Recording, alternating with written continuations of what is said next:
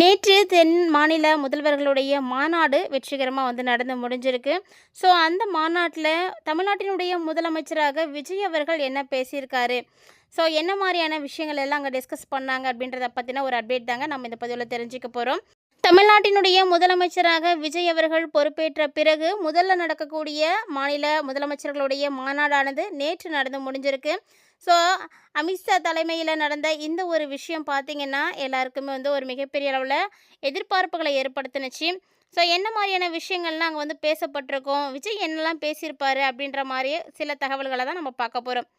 காவிரி விவகாரத்தில் உச்சநீதிமன்ற தீர்ப்பை மதிக்கணும் அப்படின்னும் முல்லை பெரியாறு அணை நீர்மட்டத்தினை 152 அடியாக உயர்த்த வேண்டும் அப்படின்ற மாதிரியான கோரிக்கைகள் எல்லாம் வைக்கப்பட்டிருக்கு. அதோடு மட்டும் இல்லாமல் நீட் தேர்வில் தமிழகத்துக்கு விலக்கு அளிக்க வேண்டும், இந்த மாதிரி நிறைய கோரிக்கைகள் தென்மண்டல முதலமைச்சராக இருக்கக்கூடியவர் தமிழக முதல்வர் விஜய் வலியுறுத்தியிருக்காருங்க. முதல்வர் கூட்டத்தில் இவர் பேசின விஷயங்கள் எல்லாத்துக்குமே ஒரு மிகப்பெரிய லெவலில் எதிர்பார்ப்புகளை உண்டு பண்ணியிருக்கு. மத்திய உள்துறை அமைச்சராக இருக்கக்கூடிய அமித்ஷா தலைமையில் தென் மண்டல குழுவினுடைய 31வது கூட்டம் ஆகஸ்ட் மாதம் 20ஆம் தேதியான நேற்று கோவளத்தில் நடந்தது. இந்த தென் மண்டல குழுவில் ஆந்திர பிரதேசம், கர்நாடகா, கேரளா, தமிழ்நாடு, தெலுங்கானா ஆகிய மாநிலங்களும், புதுச்சேரி, அந்தமான் அண்ட் நிக்கோபார் தீவுகள், லட்சத்தீவுகள் மற்றும் யூனியன் பிரதேசங்களுடைய உறுப்பினர்களும் நிறைய பேர் கலந்துட்டுருக்காங்க. ஸோ மத்திய உள்துறை அமைச்சராக இருந்த அமித்ஷா தென்மண்டல குழுவினுடைய தலைவராகவும் தமிழக முதல்வர் விஜய் துணைத் தலைவராகவும் இருக்கிறாங்க.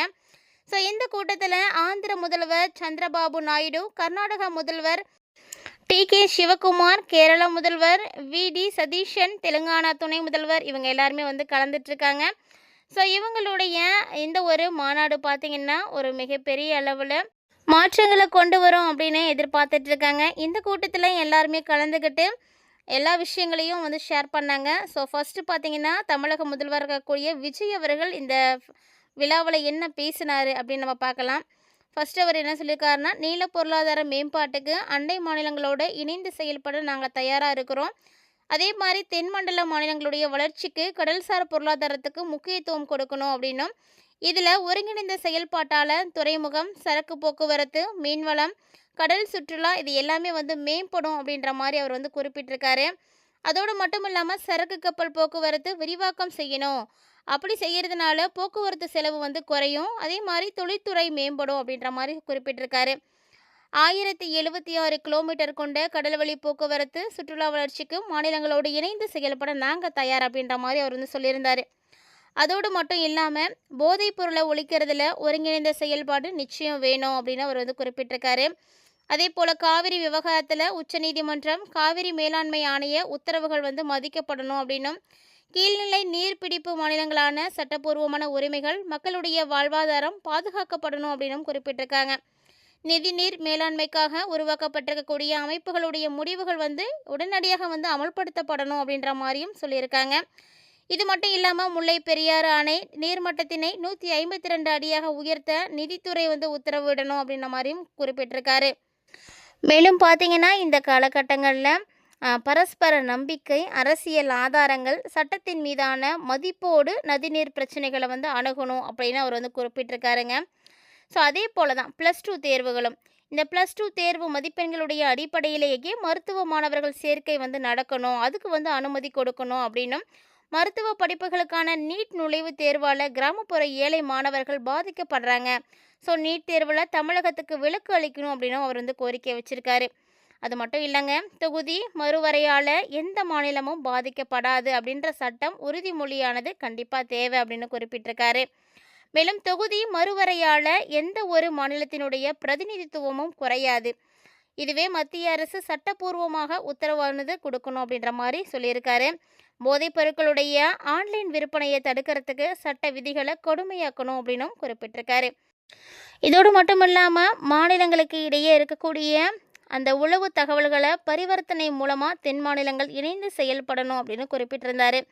தென் மாநிலங்களுடைய ஒருங்கிணைந்த தொழிற்பேட்டைகளை அமைக்கணும், அது அப்படின்னும் கர்நாடகாவினுடைய பொம்மசமுத்திரா ஒசூர் வரை மெட்ரோவை நீடிக்கக்கூடிய திட்டம் சிறந்த உள்கட்டமைப்பாக இருக்கும் அப்படின்னு குறிப்பிட்டிருக்காரு. ஒரு நாட்டுடைய பொருளாதாரத்தில் தென் மாநிலங்கள் 30% பங்களிப்பை கொடுக்குறாங்க. ஸோ தென் மாநிலங்களுடைய செயல்திறன், வளர்ச்சி, முதலீடுகளை கருத்தில் வச்சு நியாயமான நிதி பகிர்வை வந்து வழங்கணும் அப்படின்னு அவர் குறிப்பிட்டிருக்காரு. இதோட மட்டும் இல்லைங்க, ஜிஎஸ்டி வரம்புகளை தீர்மானிக்கக்கூடிய நெகிழ்வுத்தன்மையை மாநிலங்கள் மீண்டும் பெற வேண்டும் அப்படின்னு அவர் தெரிவிச்சிருக்காரு. ஸோ இந்த மாதிரி நிறைய கோரிக்கைகளை விஜய் அவர்கள் தமிழ்நாட்டினுடைய சார்பாக வந்து வச்சுருக்காரு. ஸோ தென் மாநில முதல்வர்களுடைய கூட்டமானது நேற்று ரொம்ப சிறப்பாகவே நடந்தது. இதில் முக்கியமாக ஒரு சில விஷயங்களை தான் விஜய் அவர்கள் வந்து எடுத்துரைத்திருந்தார். ஸோ தமிழ்நாட்டினுடைய முதலமைச்சராக விஜய் பொறுப்பேற்ற பிறகு சட்டம் ஒழுங்கு மிகச்சிறப்பாக வந்து பாதுகாக்கப்பட்டுருக்கு அப்படின்னு மக்கள் மனசில் ஒரு நம்பிக்கை வந்து கிடைச்சிருக்கு. அது மட்டும் இல்லாமல் மக்களுக்காக என்றைக்குமே நான் வந்து செயல்படுவேன் அப்படின்ற ஒரு உறுதிமொழியை விஜய் அவர்கள் வந்து கொடுத்துருக்காரு. ஸோ அவர் கொடுத்த வாக்குறுதிகளை காப்பாற்றணும், கூடிய விரைவில் இந்த தமிழ்நாட்டை லஞ்சம் இல்லாத, ஊழல் இல்லாத ஒரு மாநிலமாக வந்து மாற்றணும், இதுதான் என்னுடைய இலக்கு அப்படின்னும், இந்த இலக்குக்கு எப்போதும் வந்து நான் தனித்து செயல்பட்டால் நடக்காது. ஸோ மக்களாகிய நீங்கள் எப்படி எனக்கு இவ்வளோ ஆதரவு கொடுத்து என்னை முதலமைச்சராக ஆக்குறீங்களோ, அதே போல் நான் வந்து தமிழ்நாட்டை வந்து ஒரு சிறந்த ஒரு இடத்துக்கு கொண்டு வரத்துக்கு என் கூட இணைந்து செயல்படணும் அப்படின்னு மக்கள்கிட்டையும் வந்து கோரிக்கை வச்சுருக்காருங்க. ஸோ நான் வந்து வளர்கிறதோட மட்டும் இல்லாமல் இந்த மாநிலம் சிறப்பாக வளரணும், அதுக்காக நீங்களும் என்னோட இணைந்து செயல்படுங்க, என்னை வந்து முதலமைச்சர் ஆக்கிட்டீங்க அப்படின்றதுக்காக விட்டுலாம் போயிடாதீங்க அப்படின்ற மாதிரியும் அவர் வந்து நிறைய விஷயங்களை வந்து பேசியிருந்தார். ஸோ இதெல்லாம் வந்து சுதந்திர தின விழாவிலே வந்து பேசியிருந்தார். இப்போது அமித்ஷா தலைமையில் நேற்று நடந்த கூட்டத்தில் பார்த்திங்கன்னா நிறைய கோரிக்கைகள் வச்சுருக்காரு. ஸோ எல்லாமே பார்த்திங்கன்னா ரொம்ப ரொம்ப முக்கியமானதாக தான் இருக்குது. ஸோ இது வேண்டும், இது வேணாம் அப்படின்னு நினைக்கிறதுக்கு ஒன்றுமே கிடையாது. நம்மளுடைய மாநிலத்துக்கு எதெல்லாம் வந்து தேவையோ, எதெல்லாம் வந்து கஷ்டமாக இருக்குது, எதனாலலாம் நிறைய பேர் பாதிக்கப்படுறாங்க அப்படின்றத கலந்து ஆலோசித்து இந்த முடிவுகள் எல்லாத்தையும் எடுத்திருக்காரு. ஸோ இதுக்கு அமித்ஷா அவங்க என்ன மாதிரியான முடிவுகளை வந்து கொடுக்குறாங்க, எந்த அளவுக்கு நமக்கு சப்போர்ட் பண்ண போகிறாங்க அப்படின்றது எல்லாமே நம்ம வெயிட் பண்ணி தான் பார்க்கணும். ஆனால் முதல்வராக, தமிழ்நாட்டினுடைய முதலமைச்சராக அவருடைய பொறுப்பை சிறப்பாக வந்து செய்திருக்காரு. ஸோ கண்டிப்பாக வந்து ஏழை மாணவர்கள் நீட்டால் பாதிக்கப்படுறாங்க அப்படின்றது நமக்கு நல்லா தெரியும். போதைப் பொருளை நிச்சயம் ஒழிச்சே ஆகணும். இந்த போதைப் பொருளால் மட்டும்தாங்க ஒவ்வொரு குடும்பத்துலேயும் நிறைய கஷ்டங்கள் வந்து போயிட்டுருக்கு. போதைப் பொருளானது எந்த அளவுக்கு வந்து மிகப்பெரிய அளவில் பாதிப்புகளை கொடுக்குது அப்படின்றது இந்த காலகட்டங்களில் தெரியும். அதே மாதிரி பாலியல் வன்கொடுமை. ஸோ இந்த மாதிரி இவர் வச்சிருக்கக்கூடிய எல்லா விதமான கோரிக்கைகளுமே நியாயமானதாக தான் இருக்குது. ஸோ இதுக்கான தீர்வுகள் எப்படி இருக்கும், என்ன மாதிரி ஆக்ஷன்ஸ்லாம் எடுக்க போகிறாங்க அப்படின்றதெல்லாம் நம்ம வெயிட் பண்ணி பார்க்கலாம்.